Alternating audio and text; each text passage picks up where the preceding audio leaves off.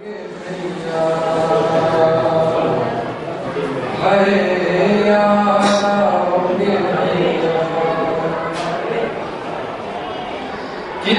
تھا خیال آپ کو پردے کا برابر، لے جاتے تھے تم رات کو اماں کی لہر پر، اب دیکھے بھی زینب کے کھلے سر کو یہ دنیا، یاد آؤ گے بھیا، ہے یاد آؤ گے بھیا، اس ماہ سے منسوب تھی بھیا میری خوشیاں، تھی سب سے بڑی عید میری تیسری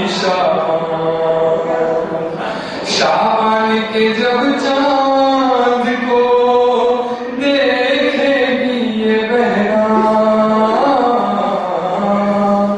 یاد آؤ گے بھیا، یاد آؤ گے بھیا، دیدار بھی ہو جائے گا بیٹی کے بہانے،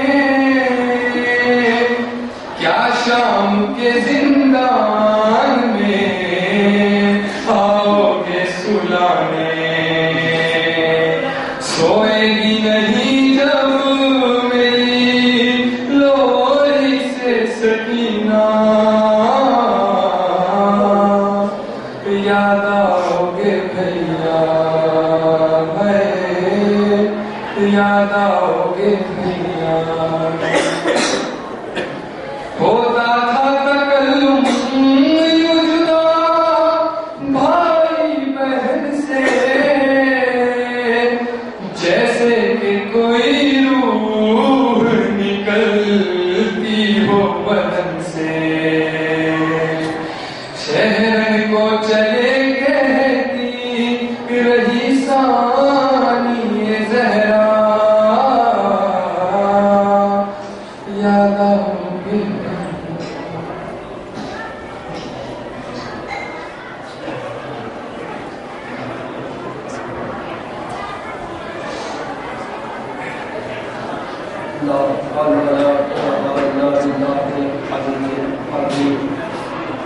بسم اللہ الرحمن الرحیم، الحمد للہ رب العالمین وصلی اللہ علی محمد وآلہ الطیبین الطاہرین المعصومین المحرمین المنتقبین المنتجبین، ولا نجا ولا آدائهم ولا قدرتهم وعلى ماسه حقوقهم وألقابهم ومنكر فرائهم ومصائرهم وأدشهم وولايتهم وسخاوتهم وشجاعتهم وعظمتهم وعدشهم أجمعين، اللهم نجد والتابون من ليلنا هذا إلى قيام يوم الدين، رب اشرح لي صدري ويسر لي أمري واحلل عقدة من لساني يفقهوا قولي، ناد عليا مظهر العجائب تجيده قولا نفسك الشوائب، كل هم وغم سينجلي بعلي بعلي بعلي،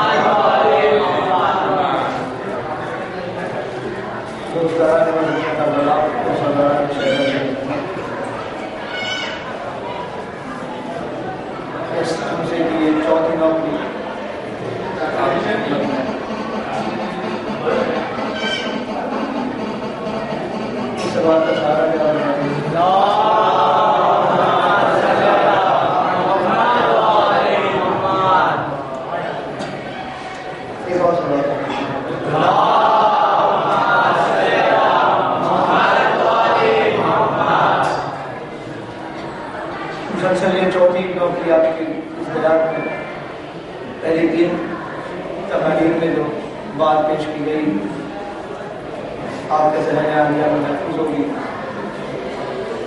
کہ ہم یہ اداداری جو کرتے ہیں وہ کیوں کرتے ہیں اور ہم پر فروغ ادا کرنا کیا ہے۔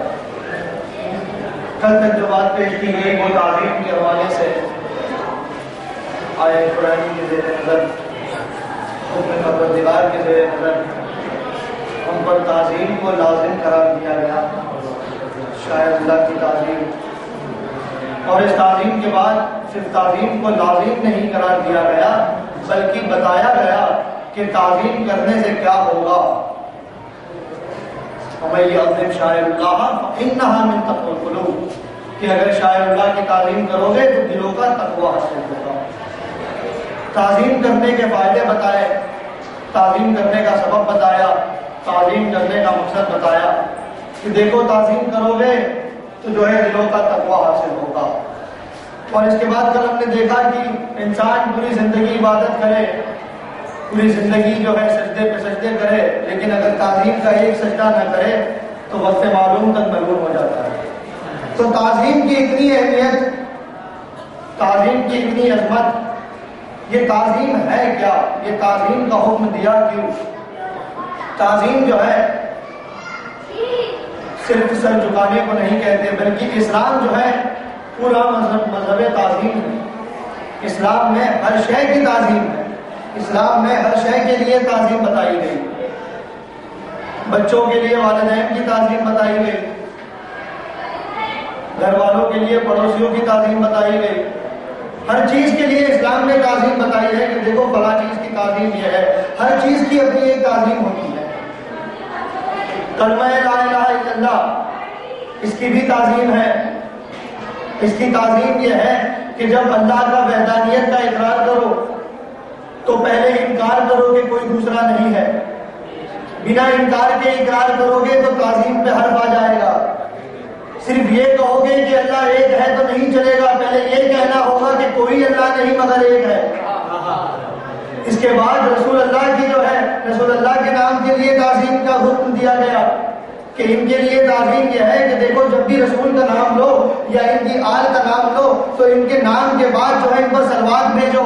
میں نے انہی آنکھوں سے حدیثوں میں پڑھا، نہ پڑھا ہوں، جو چور کی سزا وہ میری سزا، جو فاسق کی سزا وہ میری سزا، انہی آنکھوں سے پڑھا۔ احادیث میں ملا کہ اگر ائمہ اطہار کا نام لو تو نام لینے کے بعد صلوات پڑھو، جو کوئی نام لینے کے بعد صلوات نہیں پڑھتا ہے جنت بہت دور کی بات ہے، خوشبو نہیں پائے گا۔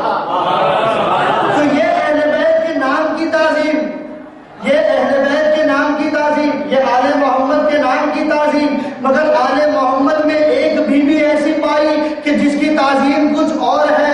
ہمارے معصوم علیہ السلام ارشاد فرماتے ہیں کہ دیکھو ہماری جدہ جو ہے ان کے لیے یہ ہے کہ سوائے اولو العزم نبی کے کسی اور کو اس بات کی اجازت نہ تھی کہ ان کا نام لے۔ تو یہ بات بیوی کے نام کی تعظیم، ائمہ کے نام کی تعظیم، کلمہ لا الہ الا اللہ کی تعظیم۔ تو اسی طرح ایک کلمہ اور ہے کہ جسے ہم ولایت کا کلمہ کہتے ہیں، ایک کلمہ اور ہے جسے ہم ولایت کا کلمہ کہتے ہیں، ایک شہادت اور ہے جسے ہم ولایت کی شہادت کہتے ہیں۔ تو لے آؤ کتاب احتجاج تبرسی سے لے کر بہار الانوار تک، القطرہ سے لے کر مانع الاخبار تک، آپ سے میں بتاؤں کہ کلمہ شہادت علی ولی اللہ کی تعظیم کیا ہے۔ تو معصوم علیہ السلام ارشاد فرماتے ہیں کہ جب کبھی لا الہ الا اللہ کہو اس کے بعد محمد رسول اللہ کہو۔ آپ کیا عرض کر رہا ہوں؟ آپ کہاں بیٹھے کہ جب کبھی لا الہ الا اللہ کہو اس کے بعد محمد رسول اللہ کہو، اور جب کبھی محمد رسول اللہ کہو اس کے بعد علی ولی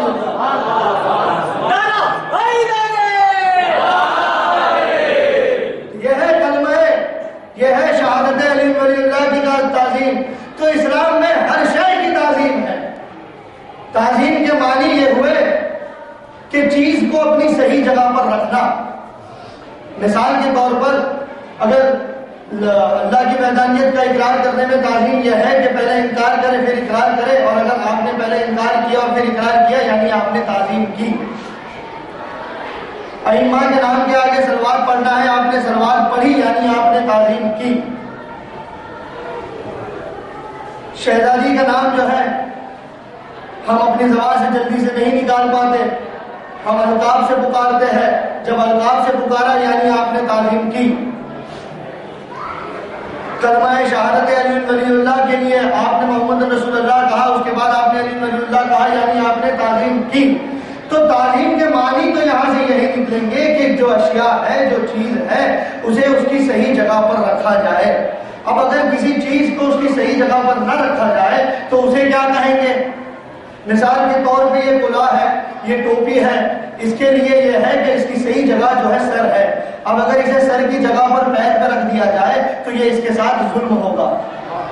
ظلم کی تعلیم یہی یہ ہے نا کہ اگر اسے سر کی جگہ پر پیر پہ رکھ دیا جائے تو یہ اس کے ساتھ ظلم ہوگا۔ تو دیکھیں مسلسل ہماری بات چل رہی ہے عزاداری کے عنوان سے، مسلسل ہماری بات چل رہی ہے شاعر اللہ کے عنوان سے، مسلسل بات چل رہی ہے تازیوں کے حوالے سے، تابوت کے حوالے سے، علم کے حوالے سے، تعظیم کے حوالے سے۔ تو یہاں پر رک کے ایک جملہ عرض کرنا چاہوں گا کہ تعظیم جو ہے وہ دل کا معاملہ ہے۔ تعظیم جو ہے بغیر محبت کے آ نہیں سکتی، تعظیم بغیر محبت کے ہو نہیں سکتی۔ مثال کے طور پر لوگ کہتے ہیں کہ آپ جو ہے جب دیکھیں تب محبت کی بات کرتے ہیں، جب دیکھیں تب مودت کی بات کرتے ہیں۔ اسلام میں اور بہت ساری چیزیں ہیں جس کی بات کرنے کی ضرورت ہے، بے شک بہت چیزیں ہیں جس کی بات کرنے کی ضرورت ہے، لیکن محبت کی بات کیوں کرتے ہیں؟ ہر چیز میں محبت کی بات کیوں کرتے ہیں؟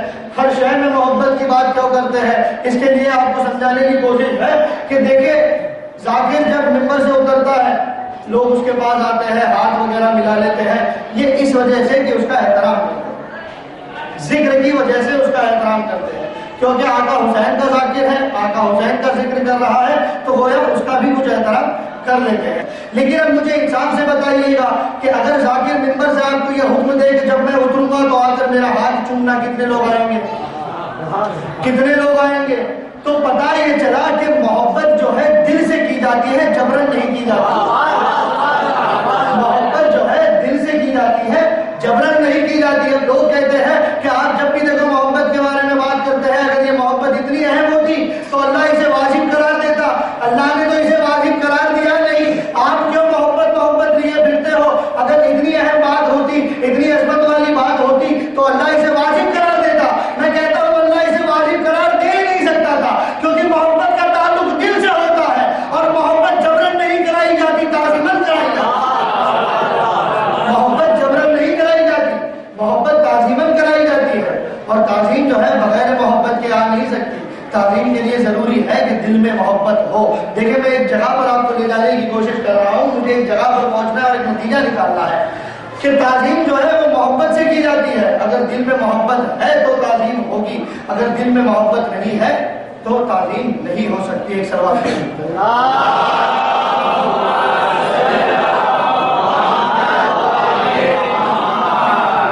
تعظیم بغیر محبت کے نہیں ہو سکتی۔ اب یہاں پر آپ سمجھے کہ ایک جو ہے نیاز کا شربت نکالا، ایک مگ میں ایک جگ میں نیاز کا شربت لیا ہے، اب اس کے بعد جو ہے ایک بھائی صاحب نے ایک گلاس لے آئے، لیوان لے آیا، اور لے آنے کے بعد دیکھا کہ یہ لیوان جو ہے وہ نجاست سے بھرا ہوا ہے۔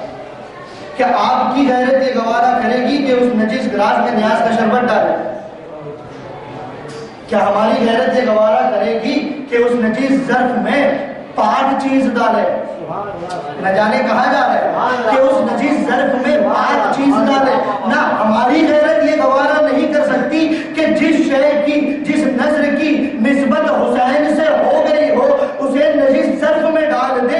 تو اللہ کیسے گوارا کرتا کہ جس کے دلوں میں کینہ ہو، جس کے دلوں میں دکھ ہو، جس کا دل پاک نہ ہو، جس کا ظرف پاک نہ ہو، جس کی حسب پاک نہ ہو، جس کا نسب پاک نہ ہو، اس کے دل میں محبت ہے۔ تو محبت حسین کے لیے ضروری ہے کہ ظرف پاک ہو، محبت حسین کے لیے ضروری ہے کہ دل پاک ہو، محبت حسین کے لیے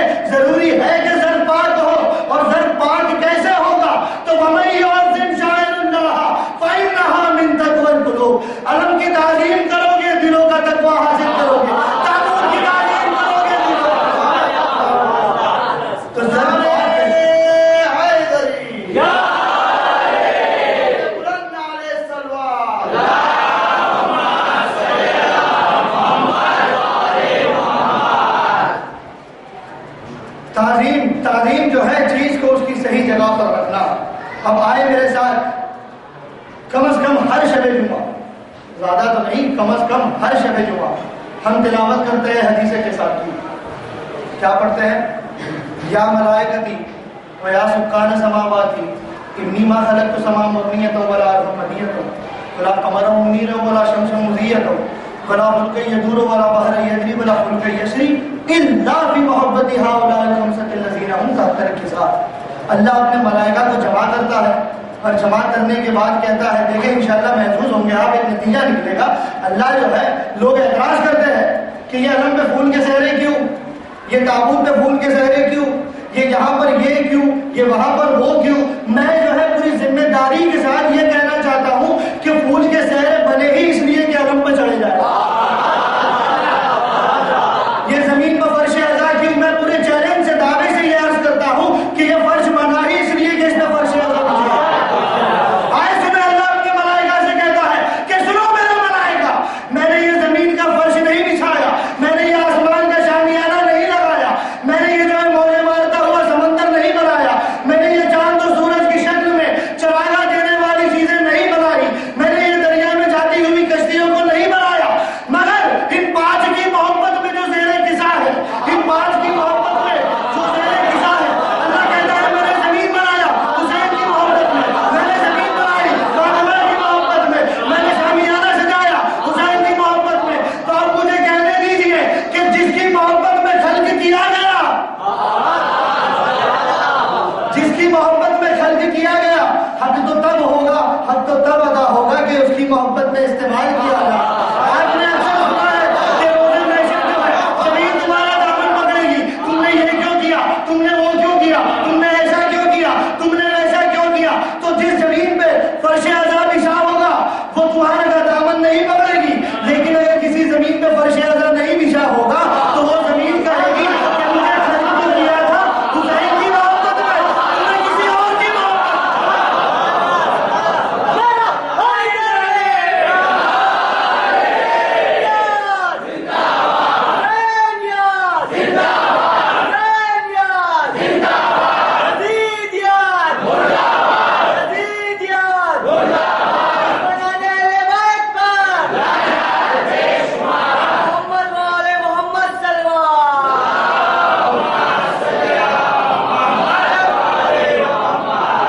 یہ پھول کہیں گے کہ مجھے خلق تو کیا تھا حسین کی محبت میں، تم نے کہیں اور چڑھا دیے. یہ پانی کہے گا مجھے بنایا تو تھا حسین کی محبت میں، تم نے کسی اور کے نام پہ ملا. یہ آسمان کی بلندی کہے گی مجھے بنایا تھا حسین کی محبت میں، تم نے عباس کا علم کیوں نہیں بنایا. یہ ہاتھ کہیں گے مجھے بنایا تو تھا حسین کے ماتم کے لیے. پروفیسر احمد حسن صاحب کا جو شعر تھا ذہن میں نہیں آ رہا ورنہ آپ کی سماعتوں کے حوالے کرتا. ہاں مگر پھول کے حوالے سے بات ہوئی تو علامہ عباس ارشاد نقوی صاحب کہتے ہیں کہ پھول سہرے کے بہت کم ہے علمدار حسین. ہم جو ہے علم پہ سہرے پہ پھول کے سہرے سجا کے کبھی کبھی کالر اکڑا کے چلتے ہیں کہ ہم نے یہ کیا. قسم خدا کی اگر کسی کے ذہن میں یہ خناس ہو کہ ہم نے یہ کیا، اسے نکال دو. یہ تو شہزادی کا کرم ہے کہ ہم سے کروایا.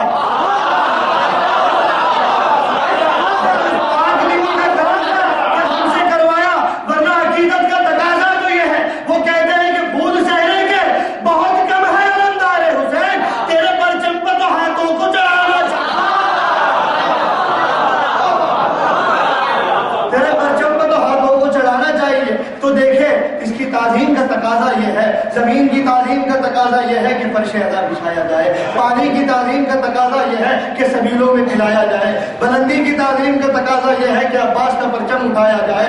ہر چیز کی تعظیم ہے. اگر اس تعظیم پہ کام نہ کیا تو گویا اس کے ساتھ ظلم کیا. زمین پہ فرش اعضا نہ بچھایا، زمین کے ساتھ ظلم کیا. آسمان پہ عباس کا علم نہ لہرایا، آسمان کے ساتھ ظلم کیا. ہر چیز کی تعظیم ہے، ہر چیز کے لیے ضروری ہے کہ اس کا صحیح استعمال کیا جائے. اسی طرح سے وقت کی بھی تعظیم ہے، وقت کی بھی تعظیم ہے. کیا کہتا ہے اللہ قرآن میں؟ وَالْعَصْرِ إِنَّ الْإِنسَانَ لَفِي خُسْرٍ. زمانے کی قسم، انسان خسارے میں ہے. تمہیں یہ وقت دیا گیا علی علی کرنے کے لیے، تمہیں یہ وقت دیا گیا حسین حسین کرنے کے کی محبت میں خلق کیا نا، انہی کی محبت میں خلق کیا، تو اگر ان کی محبت میں خلق کیا اور استعمال ان کی محبت میں نہ کیا، کسی اور چیز میں استعمال کیا، تو اسی لیے تو اللہ زمانے کی قسم کھا کے کہتا ہے کہ وَالْعَصْرِ إِنَّ الْإِنسَانَ لَفِي خُسْرٍ۔ اس کے بعد اب آگے اگر تفسیر میں دیکھیں ورنہ موضوع بدل جائے گا کہ وَالْعَصْرِ إِنَّ الْإِنسَانَ لَفِي خُسْرٍ إِلَّا الَّذِينَ آمَنُوا وَعَمِلُوا الصَّالِحَاتِ وَتَوَاصَوْا بِالْحَقِّ وَتَوَاصَوْا بِالصَّبْرِ۔ تو یہاں جو حق ہے وہ حق سے مراد مولا امیر ہے، اور صبر ہے وہ صبر سے مراد آقا حسین ہے۔ تفسیر میں یہ ملے گا آپ کو کہ وصیت کرتے چلو حق کی اور صبر کی۔ تو اس لیے اللہ کہتا ہے کہ جو ہے وقت کی قسم انسان خسارے میں ہے۔ تو وقت کی تعظیم کا تقاضا یہ ہے کہ علی علی کیا جائے، وقت کی تعظیم کا تقاضا یہ ہے کہ حسین حسین کیا جائے، اپنا وقت کسی اور چیز میں برباد نہ کیا جائے، اپنا وقت کسی اور چیز میں صرف نہ کیا جائے۔ ہاں مگر اس سے دوسری عبادتوں کو کبھی نہ ٹکرانا۔ میں جو ہے عبادتوں کی بات نہیں کر رہا، میں دنیا کی دیگر خواہشائی کام کی بات کر رہا ہوں، کہ کسی عبادت کی بات نہیں کر رہا۔ غلط پیغام غلط میسج لے کر نہ اٹھنا، اگر کسی بات کا خلاصہ کرنا ہو تو بندہ حاضر ہے۔ ایک سلوات کا سہارا دے۔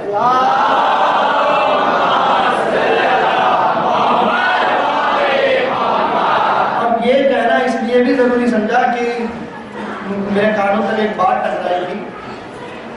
میں نے جو ہے احمد آباد میں کمازنی کے موافقت میں تقریر کی تھی، مگر میرے کانوں تک بات یہ ٹکرائی کہ میں نے کمازنی کے خلاف تقریر کی۔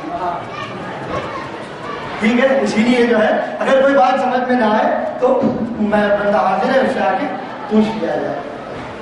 تو دیکھیے عزیزو، ہر چیز کی تعظیم ہے، ہر چیز کے لیے حکم ہے کہ تعظیم کیا جائے۔ اگر تعظیم نہیں کی جاتی ہے تو اس شے کے ساتھ ظلم ہوتا ہے۔ وقت کی اپنی تعظیم کا حکم، نماز کے لیے تعظیم ہے۔ نماز کی تعظیم کیا ہے؟ کہا نماز کی تعظیم یہ ہے کہ بنا وضو کے نماز نہ پڑھی جائے۔ نماز کی تعظیم کا تقاضا یہ ہے کہ پہلے وضو کیا جائے پھر نماز پڑھی جائے۔ روزے کی اپنی تعظیم ہے، صوم کی، فاسٹنگ کی اپنی تعظیم ہے، اور وہ یہ ہے کہ اگر تم کسی ضرورت کی وجہ سے، کسی قلت کی وجہ سے یا مسافر ہونے کی وجہ سے تم نے روزہ نہ بھی رکھا ہے تو روزداروں کے درمیان ایسے رہو کہ جیسے روزدار ہو، ان کے درمیان کھاؤ پیو نہیں، انہیں اس بات کا احساس نہ ہونے پائے کہ تم نے روزہ نہ رکھا۔ تو روزے کی اپنی تعظیم ہے، ہر چیز کی تعظیم۔ اگر اس تعظیم کا کام نہ کیا گویا تم نے اس کے ساتھ ظلم کیا۔ تو کائنات میں ہم نے اکثر سنا ہے کہ محشر کا ہنگام ہوگا، حساب و کتاب لیا جائے گا، پوچھا جائے گا کہ تم نے یہ کہاں خرچ کیا، تم نے وہ کہاں خرچ کیا، تم نے یہ کیوں کیا، تم نے وہ کیوں کیا۔ میں نے تاریخ میں کتابوں میں یہ بھی پڑھا کہ پوچھا جائے گا۔ پھر میں نے چھٹے امام کے حوالے سے میں مولا صادق علیہ محمد علیہ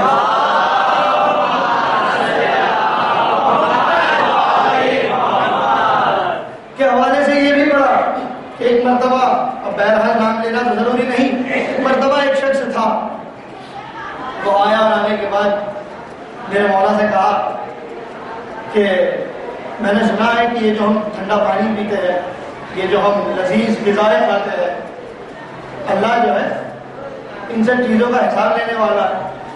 جب اس نے یہ پوچھا تو میرے معصوم آقا کے چہرے کا رنگ بدل گیا، میرے مولا کی تیڑیوں پہ بل آ گئے، اور اس کے بعد غصے کے عالم میں میرے مولا نے کہا کہ تمہیں شرم نہیں آتی؟ ہمارے درمیان اگر ہم کسی کو مہمان بلائے، کچھ کھلا دے اور حساب مانگنے لگے تو وہ برا مانا جاتا ہے۔ میں شاید بات آپ تک پہنچا نہیں پایا، خیر واضح کرتا ہوں کہ ہمارے درمیان اگر ہم نے تمہارے اندر، اگر تم نے جو ہے بھوک، اللہ نے ہمارے اندر بھوک رکھی اور اس کے بعد ہم کھائے بھی تو ہم سے اس کا حساب لیں، تو ہمارے درمیان یہ بات جو ہے بری مانی جاتی ہے، تو تمہیں شرم نہیں آتی اس طرح کی چیزوں کو اللہ سے منسوب کرتے ہو؟ ہاں، اللہ حساب لے گا، اللہ کتاب لے گا، اللہ تم سے پوچھے گا کہ تم نے کون سی چیز کہاں استعمال کی، تم نے کون سی چیز کہاں استعمال کی، تم نے کون سی چیز کیوں استعمال کی، مگر کھانے پینے کا سوال نہیں کرے گا، بلکہ ہماری ولایت کا سوال کرے گا، ہماری محبت کا سوال کرے گا۔ تو ہاں، اب اگر کچھ باتیں یہ بھی ملتی ہیں کہ کچھ اناج کا سوال ہوگا، دوسری چیزوں کا سوال ہوگا، تو ہاں ضرور سوال ہوگا، کیونکہ روز محشر جب یہ اناج پر جو ظلم ہوگا، اناج پہ جو ظلم ہوگا، وہ اناج جب روز محشر، یہ پانی پہ جو ظلم ہوگا، یہ پانی جب روز محشر لوگوں کا دامن پکڑے گی کہ تم نے میرا غلط استعمال کیوں کیا،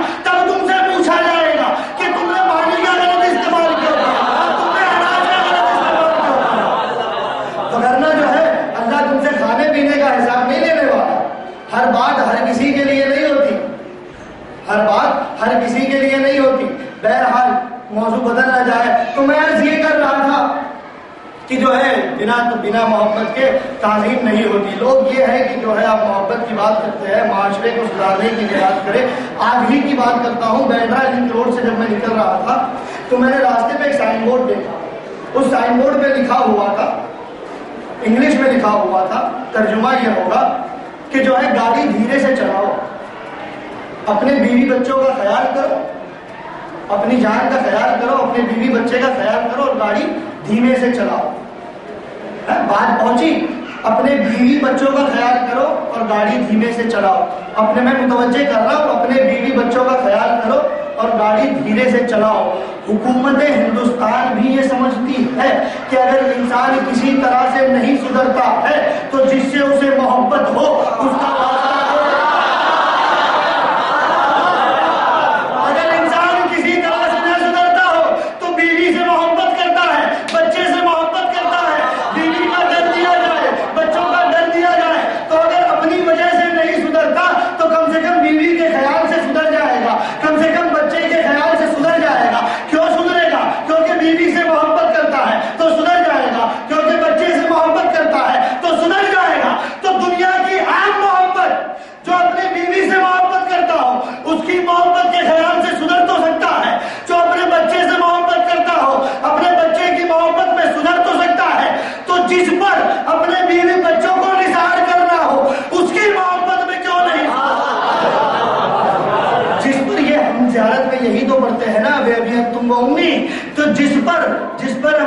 بچوں کو قربان کرنا ہو، جن سے مودت کا حکم ہو، ان کی محبت میں کیوں نہیں سدھر سکتا؟ ہم اگر سدھرنے کے لیے جو ہے جیسے کہ بات ہوئی ضرب چاہیے، ویسا انسان جو ہے اس بات کا احساس کر لے کہ ہاں ہم جو کر رہے ہیں وہ غلط کر رہے ہیں، ہاں ہمیں سدھرنا چاہیے۔ یہ سارے معاملات جو ہے محبت کے، یہ سارے معاملات جو ہے تعظیم کے، آپ دیکھیں کہ یہ جو مسائل پڑھے جاتے ہیں، یقین جانے یہ مسائل جو ہے مجمع کو رلانے کے لیے نہیں پڑھے جاتے۔ جو مسائل بیتے ہیں نا کربلا میں، اور کربلا کے بعد کوفے میں، اور کوفے کے بعد شام میں، اور شام کے بعد مدینے میں، اصل معنوں میں یہ مسائل جو ہے وہ رونے کے لیے نہیں ہوتے ہیں بلکہ مر جانے کے لیے ہوتے ہیں۔ کیونکہ رونے کے لیے صرف اتنا ہی کافی ہے کہ فرش عزا پر بیوی بیٹھتی ہے، تمہارے درمیان ہماری شہزادی آ کر بیٹھتی ہے، رونے کے لیے یہی بات بہت بڑی ہے، یہی بات کافی ہے۔ لیکن آپ دیکھیں کہ اس کے بعد بھی جو ہے ہمیں مسائل کی ضرورت پڑتی ہے، ہم رو نہیں پاتے۔ تو مسئلہ کیا ہے، ماجرا کیا ہے؟ نہیں، میں مسائل پہ بھی آیا نہیں، مجھے بس ایک پیغام پہنچانا۔ تعظیم ہمیں جتنی کرنی چاہیے، ہم کتنی کوشش کر رہے ہیں ہم اتنی تعظیم کر نہیں پاتے۔ احترام ہمیں جتنا کرنا چاہیے، ہم جتنی کوشش کریں ہم کر نہیں پاتے۔ وجہ کیا ہے؟ اگر اس بات پہ ہمیں یقین کامل ہو، اگر اس بات پر ہمیں یقین کامل ہو، میں نے یہ بات پہلے بھی عرض کی تھی انجمن کے لوگ جب وہاں آئے ہوئے تھے، کہ ہم اکثر دیکھتے ہیں جلوس میں لوگ اس صورت میں کم چلتے ہیں کہ جلوس میں جا رہے ہیں، اس صورت میں زیادہ چلتے ہیں کہ پکنک پہ جا رہے ہیں۔ معاف کریے گا سر، لوگ ہنستے ہوئے جا رہے ہیں، لوگ مسکراتے ہوئے جا رہے ہیں، اپنی دنیاوی باتوں میں جا رہے ہیں، بھلے ہی عاشور کا دن کیوں نہ ہو۔ معاف کریے گا، آنکھوں دیکھا منظر ہے، اور صرف میرا نہیں آپ کا بھی آنکھوں دیکھا منظر ہے۔ یہ کیوں ہوتا ہے؟ ہم جانتے تو ہے کہ جہاں عباس کا علم ہو وہاں عباس ہے، ہم جانتے تو ہے کہ جہاں عباس کا علم ہو وہاں عباس ہے، لیکن ہمیں اس بات پہ یقین کامل نہیں۔ قسم سے اگر ہم محسوس کر لیں اس بات کو کہ عباس ہے، تو کیا ہماری غیرت یہ گوارا کرے گی کہ عباس کے سامنے ہوتے ہم اپنے لبوں پر تبسم لے آئے؟ کیا ہماری غیرت یہ گوارا کرے گی کہ عباس کے سامنے ہوتے ہوئے، عاشور کا دن ہوتے ہوئے، ہم دنیاوی باتیں کرتے ہوئے جلوس میں چلے؟ تو سارا معاملہ جو ہے یقین کا ہے، یہ سارا معاملہ جو ہے وہ یقین کا ہے۔ ہمارے یقین میں کمی ہے، ہمارے یقین میں کمی ہے۔ اور دیکھیں آیت اللہ دستغیب کہتے ہیں کہ آج سے 50-60 سال پرانا واقعہ ہوگا، تو کہتے ہیں کہ اپنی ضعیفی کے عالم میں انہوں نے لکھا کہ جب میرا بچپنے کا عالم تھا، جب میری جوانی کا عالم تھا، تب میں دیکھا کرتا تھا، جب میں قبہ مقدسہ سے بی بی کے حرم کے پاس سے نکلتا تو میں اکثر یہ دیکھتا کہ لوگ جب صبح کی نماز کا وقت ہوتا تو لوگ جو ہے اپنی دکانیں کھولتے، یا تو حدیث کتاب پڑھتے، یا تو سورہ رحمان پڑھتے، تلاوت میں مشغول ہوتے۔ وہ اس وجہ سے کرتے کہ اس وقت لوگوں کا یقین یہ تھا کہ اگر دن کی صبح خیر سے ہوگی، دن کی شروعات خیر سے ہوگی تو پورا دن خیر سے گزرے گا۔ لیکن آج 50-60 سال میں وہ کہتے ہیں میں نے اتنا بڑا فرق دیکھ لیا کہ جب آج میں صبح کے وقت نکلتا ہوں تو کون سی دکانیں کھلی ہے، کون سی حدیث قصہ اور کون سی سورہ رحمان، کون سی تلاوت قرآن۔ تو کہتے ہیں اصل میں مسئلہ یہ ہے کہ اس وقت لوگوں کے دلوں میں روحانیت پر ایمان تھا۔ میں قیاس کر رہا ہوں، اس وقت لوگوں کے دلوں میں روحانیت پر ایمان تھا۔ آج معاملہ یہ ہو گیا ہے کہ روحانیت پہ لوگوں کا ایمان اٹھ چکا، لوگوں کے عقیدے میں ذوق پایا جا رہا ہے، لوگوں کے عقیدے کمزور ہوئے جا رہے ہیں، لوگوں کے عقیدے کمزور ہوئے جا رہے ہیں۔ اور جب عقیدہ کمزور ہوتا ہے تو عقیدہ شک کی وجہ سے کمزور ہوتا ہے۔ جب ایمان میں، جب روحانیت میں شک پیدا ہوتا ہے تو عقیدہ کمزور ہو جاتا ہے۔ یہ عقیدہ کمزور کرنا یہ کوئی نئی بات نہیں ہے، یہ بہت پہلے سے چلا آ رہا ہے۔ عقیدہ کیسے کمزور کیا جائے؟ دنیا یہ جانتی ہے، زمانہ یہ جانتا ہے، بس آخری منٹوں کی زحمت ہے، کل تو آخری تقریر ہے، میری کوشش یہ ہے کہ میں زیادہ سے زیادہ پیغامات آپ تک پہنچا دوں۔ عقیدہ کیسے کمزور کیا جائے؟ چیز کی اہمیت کو کم کر کے۔ اگر علم کے حوالے سے ہمارا عقیدہ ہے، علم کی عظمت کو ہمارے سامنے کم کر کے پیش کیا جائے گا تو علم سے عقیدہ اٹھنے لگے گا۔ اگر تعزیے پر ہمارا عقیدہ ہے، تعزیے کی عظمت کو کم کر کے پیش کیا جائے، تعزیے سے ہمارا عقیدہ اٹھنے لگے گا۔ اگر تابوت پہ ہمارا عقیدہ ہے، تابوت کی عظمت کو کم کر کے پیش کیا جائے تو تابوت سے ہمارا عقیدہ اٹھنے لگے گا۔ اور جو ہے نہ جانے کتنے سالوں سے یہی ایک روش چل رہی ہے کہ علم کی عظمت کو گھٹایا جائے، وہ اس طرح سے گھٹایا جائے کہ ایک وقت یہ وہ ہوا کرتا تھا کہ لوگوں کے گھر میں جب نذر پکائی جاتی تھی تو جو عورتیں نجس حالت میں ہوتی تھی وہ نذر کے قریب نہیں جاتی۔ خاص کر لکھنؤ میں آپ نے یہ چیزیں دیکھی ہو، جو عورتیں نجاست کی عالم میں ہوتی ہے وہ نذر کے قریب نہیں جاتی۔ مگر آج پتہ نہیں لوگوں کو کیا ہو گیا، وہ یہ کہتے ہیں کہ نجاست کی حالت میں علم کو چھو بھی سکتے ہیں، علم کو چھو بھی سکتے ہیں، علم کا بوسہ بھی دے سکتے ہیں، علم میں ایسی کوئی خاص بات نہیں ہے۔ تو یہ عظمت کو کم کیا جا رہا ہے۔ جب عظمت کو کم کیا جائے گا تو عقیدے میں کمزوری آئے گی کہ یہ علم میں رکھا کیا ہے، اسے تو نجاست کی حالت میں بھی چھو سکتے ہیں۔ تو اس بات پہ ضرورت ہے ہمارے نوجوانوں کو کہ جب وہ اس طرح کی کوئی بات سنے یا اس طرح کی کوئی بات محسوس کرے تو فوراً اس کا جواب دے، اور اگر جواب نہ ہو تو جن کے پاس جواب ہو ان کے پاس جائے اور جواب نہ کر دے۔ کیونکہ زمانے سے ہم جو ہے علم کو نجاست کی حالت میں کیسے چھو سکتے ہیں؟ علم کے اوپر جو ہے معصومین کا نام لکھا ہوتا ہے، معصوم کے نام کے لیے حکم یہ ہے کہ بنا وضو ہاتھ نہ لگایا جائے۔ تو جس کے لیے بنا وضو ہاتھ نہیں لگانے کا حکم ہے اس کو نجاست کی حالت میں کیسے چھو سکتے ہیں؟ تو یہ جو ہے تاثرات ہٹانے کی بات ہے۔ بہرحال مزید گفتگو اب اس پر کرنے کی گنجائش نہیں۔ آپ جو ہے سمجھدار جو ہے فہم لوگ ہیں، جانے مانے لوگ ہیں، ہر چیز کو پہچانتے ہیں، ہر چیز کو سمجھتے ہیں۔ تو جہاں پر جو ہے تبرکات اعضاء کی عظمت پر بات ہو جائے وہاں پر ہمارا بولنا ضروری ہوتا ہے، وہاں پر ہماری آواز اٹھانا ضروری ہوتا ہے، کیونکہ یہی محبت کا تقاضا ہے، یہی الفت کا تقاضا ہے۔ اور دیکھیں یہ علم کی بات ہو رہی ہے تو یہیں سے جو ہے میں ربط جوڑ لیتا ہوں کہ اکثر جو ہے ہم نے آج تک یہی سنا ہے کہ مولا عباس جو ہے پاسبان چادر تھا، مولا عباس نے بیویوں کی رضا کی پاسبانی کی، مولا عباس نے بیویوں کے چادر کی محافظت کی۔ آج تک ہم نے یہی سنا ہے۔ لیکن ہاں آج ایک بات دعوے سے کہہ سکتا ہوں، اور دعوے جو ہے اپنی علم پر یا اپنے شعور پر یا اپنی حیثیت پر نہیں بلکہ یقین بر سیدہ پر یہ دعویٰ کر رہا ہوں کہ صرف عباس پاسبان چادر نہیں تھے بلکہ عباس کا علم بھی پاسبان چادر تھا۔ یہ عباس کا علم بھی پاسبان چادر تھا۔ دلیل دیکھیں گے آپ کہ 2 محرم کو جب یہ سارا کارواں جب کربلا میں آ کر پہنچا، کربلا میں پہنچنے کے بعد بیویاں خیمے میں بیٹھی ہوئی تھی۔ جب خیمے میں بیٹھی تھی تو اچانک جو ہے گھوڑ سوار کی آوازیں آنے لگی، گھوڑوں کی ٹاپوں کی آوازیں آنے لگی۔ جو ہی گھوڑوں کی ٹاپوں کی آوازیں آنے لگی میری شہزادی نے اپنے ہاتھوں کو اٹھایا، اپنے سر پر چادر کو پکڑ لیا، اپنے سر پر چادر کو پکڑ لیا، اور پکڑنے کے بعد آقا حسین سے کہتی ہے کہ دیکھو بھیا حسین، مجھے بابا نے کہا تھا کہ اس سرزمین پر میری چادر چھینی جائے گی، کیا وہ وقت آ گیا ہے؟ کیا وہ وقت آ گیا ہے؟ کہا کہ نہیں، ابھی وہ وقت نہیں آیا، ابھی وہ وقت نہیں آیا۔ نہ جانے تاریخ میں کتنی مرتبہ ایسا ہوا کہ 2 محرم سے لے کے 10 محرم تک جب گھوڑوں کی آوازیں آتی تھی، بی بی اپنا ہاتھ اپنی چادر پر لے جاتی تھی کہ ابھی وہ وقت آ گیا ہے، ابھی وہ وقت آ گیا ہے۔ جب 7 محرم کو آقا حسین نے یہ منظر دیکھا تو آقا حسین نے اپنی بہن سے کہا کہ نہیں بہن، ابھی یہ وقت نہیں آیا، مگر سنو میں ایک کام کیے دیتا ہوں، یہ ایک علم لگاتا ہوں میں تمہارے خیمے کے باہر، تمہارے خیمے کے باہر میں ایک علم نصب کرتا ہوں۔ بہن زینب اتنا سمجھ لو، جب تک یہ علم تمہارے خیمے کے باہر ہے سمجھنا وقت نہیں آیا، جب تک یہ علم تمہارے خیمے کے باہر نصب ہوگا سمجھنا وقت نہیں آیا، مگر چوری یہ علم اٹھ جائے گا۔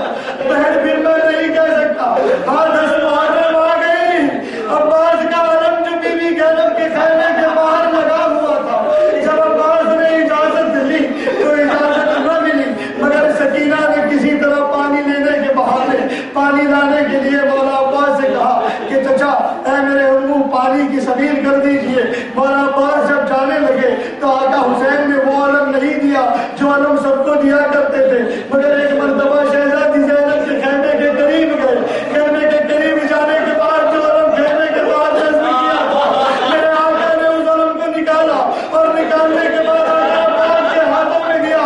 اب جب میری شہزادی زینب نے دیکھا کہ عباس کے ہاتھوں میں وہ علم آ گیا تو دوڑی ہوئی عباس کے پاس آئی، کہتی ہے بھیا عباس 21 رمضان کی رات تھی، بابا علی نے کہا تھا کہ زینب تیری چادر چھن جائے گی، تیرے بازوؤں میں رسل باندھی جائے گی۔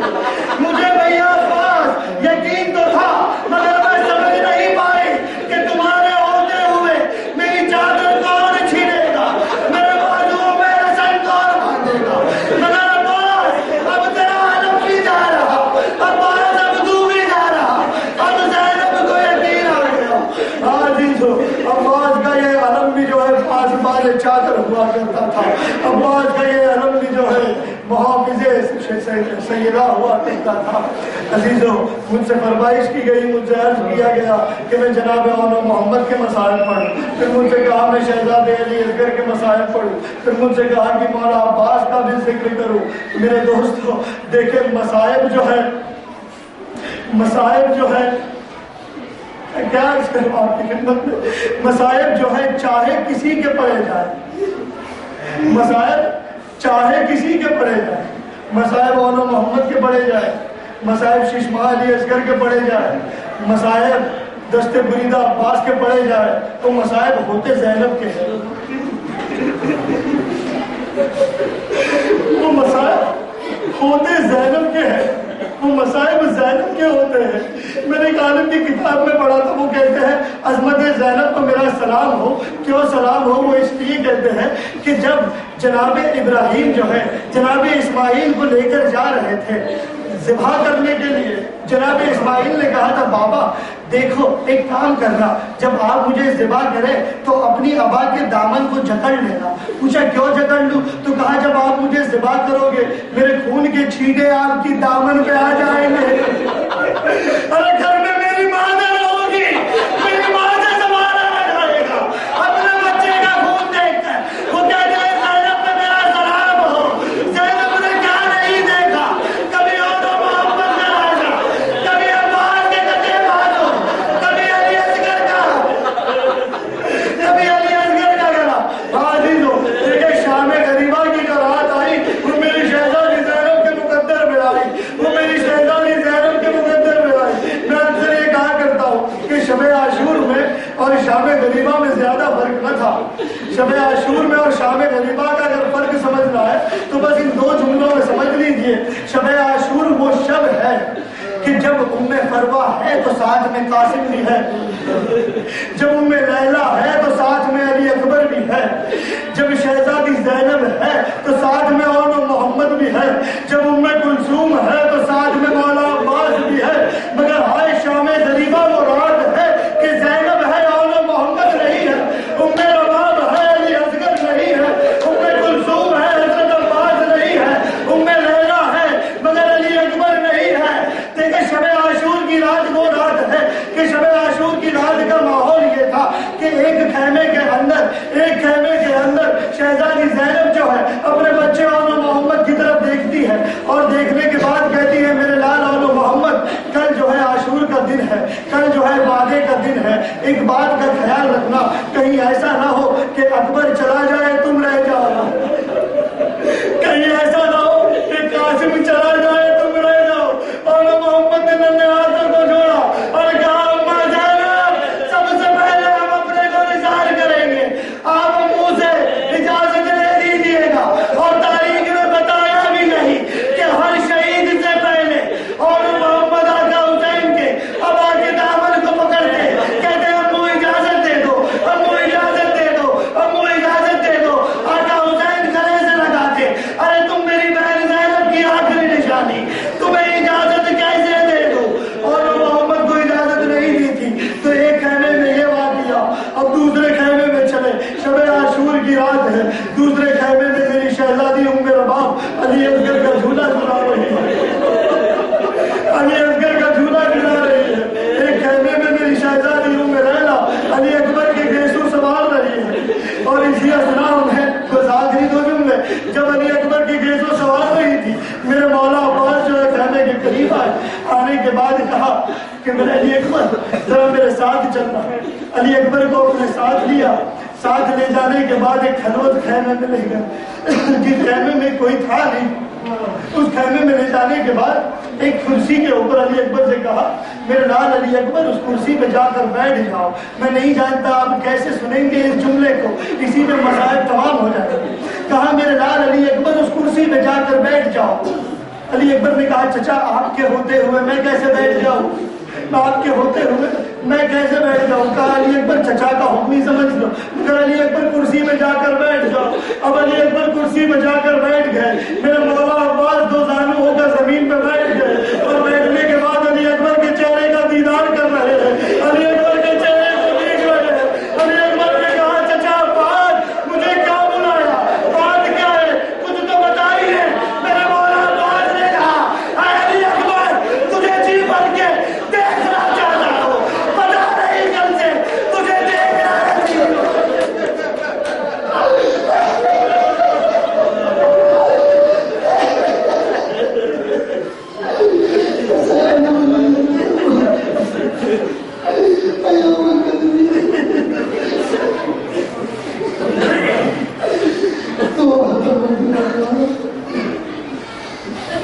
کربلا کے مسائل، کربلا کے بارش کی زبانی سننا نصیب ہو، اسی لیے تجھ سے دعا تو ہے میرا پروردگار، ہمارے رہبر زمانہ کے ظہور میں تعظیم فرما اور ہمیں ان کے انصار میں شمار فرما۔ Hussein, Hussein, Hussein, Hussein, Hussein, Hussein.